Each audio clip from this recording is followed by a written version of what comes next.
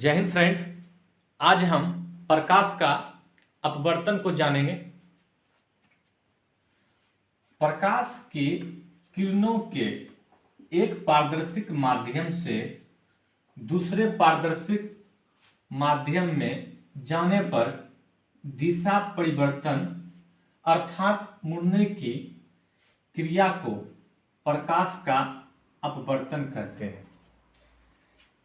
जैसे समझेंगे उदाहरण में इससे क्या क्या होता है। जैसे मान लीजिए एक सिक्का को हम डालें कोई पात्र में और इस पात्र में पानी को हम डाल दिए।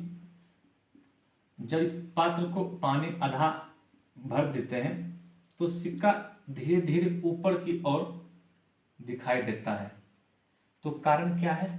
प्रकाश का अपवर्तन। क्या कारण है? प्रकाश का अपवर्तन। इसमें समझेंगे एक पात्र में पेंसिल को डाल दिए हैं और इसमें हम इस पात्र को आधा हम क्या किए, जल से भर दिए और ये पेंसिल थोड़ा ऊपर उठा हुआ और टेढ़ा दिखाई पड़ता है। कारण क्या है? प्रकाश का अपवर्तन। ठीक, जैसे नदी में मछली थोड़ा ऊपर उठी हुई दिखाई पड़ती है, इसका कारण क्या भी है? प्रकाश का अपवर्तन। ठीक, प्रकाश के अपवर्तन को समझेंगे विभिन्न पदों को। सबसे पहले आपतित किरण को समझते हैं क्या है। ये माध्यम आपका वायु का माध्यम है और ये माध्यम कांच का माध्यम है। ठीक, तो आपतित किरण को समझते हैं। आपतित किरण दो माध्यमों को अलग करने वाली सतह पर पड़ने वाली प्रकाश किरण को आपतित किरण कहते हैं। ये कौन सा किरण है? आपतित किरण। ठीक, उसके बाद आपतन बिंदु को समझेंगे। क्या आपतन बिंदु को? आपतन बिंदु जिस बिंदु पर आपतित किरण दिए हुए माध्यमों को अलग करने वाली सतह से टकराती है उसे आपतन बिंदु कहते हैं। उसे क्या कहते हैं? आपतन बिंदु। ये आपका क्या हो जाएगा? आपतन बिंदु। आपतन बिंदु। ठीक, ये क्या हो जाएगा? आपतन बिंदु। तो आपतन बिंदु में क्या होता है? जिन बिंदु पर आपतित किरण दिए हुए माध्यमों को अलग करने वाली सतह पर टकराती है उसे आपतन बिंदु कहते हैं। तीसरा पॉइंट समझेंगे अभिलंब को। ये अभिलंब समझेंगे। अभिलंब को समझेंगे क्या है ये? अभिलंब किसी सतह के किसी बिंदु पर खींचे गए लंब को उस बिंदु पर अभिलंब कहते हैं। ठीक, कहने का मतलब बोल रहा है किसी सतह के खींचे बिंदु पर उस सतह को हम अभिलंब कहते हैं। ठीक, ये क्या है आपका? ये अभिलंब है। क्या है? अभिलंब है। ठीक, फिर से एक बार देखते हैं। चौथा पॉइंट को समझेंगे। अपवर्तित किरण क्या होता है उसको समझेंगे। आपका ये कौन सा किरण है? अपवर्तित किरण। अपवर्तित किरण, इसको समझेंगे क्या है। अपवर्तित किरण दूसरे माध्यमों में मुड़कर जाती हुई प्रकाश किरण को अपवर्तित किरण कहते हैं। ठीक, तो कहने का मतलब ये आपतित किरण है ना। आपतित किरण अगर वायु के माध्यम से निकलकर कांच के माध्यम में प्रवेश करती है और वही किरण यहाँ पे क्या कहलाती है? अपवर्तित किरण। ठीक, इसको समझ के पांचवा पॉइंट को समझेंगे आपतन कोण।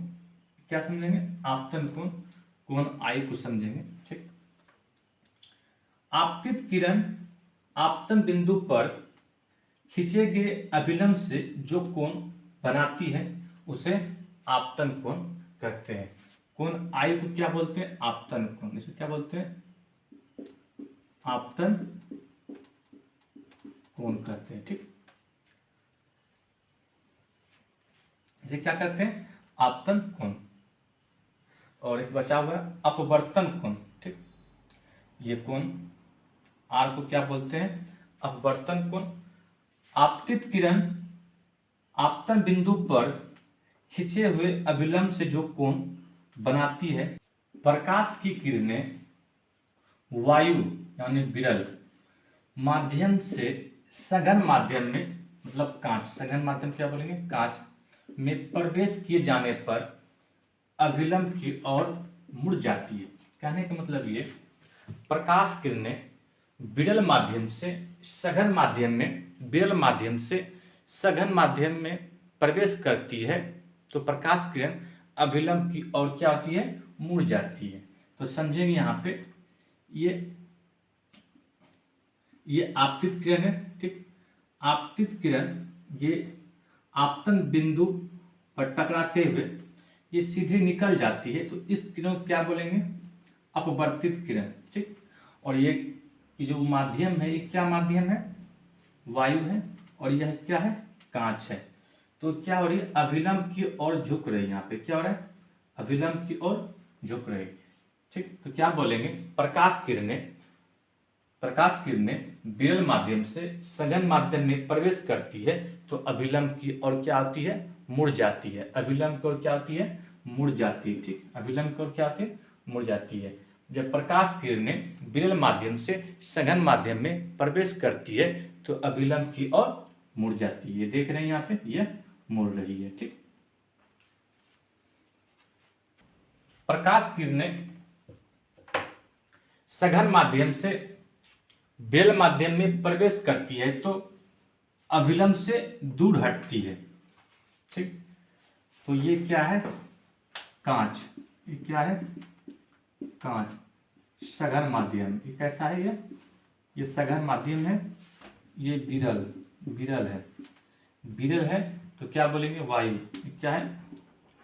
वायु का माध्यम है, और ये क्या है? कांच का। ठीक है, जब प्रकाश किरण कांच से होते हुए वायु में प्रवेश करती है तो कहने का मतलब, जब प्रकाश किरणें सघन माध्यम से विरल माध्यम में प्रवेश करती है तो अभिलंब से क्या होती है? यहाँ पे दूर हट रही है। क्या होती है? अभिलंब से प्रकाश किरणें क्या होती है? दूर हटती है। और बताइए इसमें वेग क्या होगा? जब ये सघन है और ये विरल है तो इसमें वेग क्या होगा? इसमें वेग जब ये विरल माध्यम में जाएगी तो वेग इसमें क्या होगा? बढ़ेगा।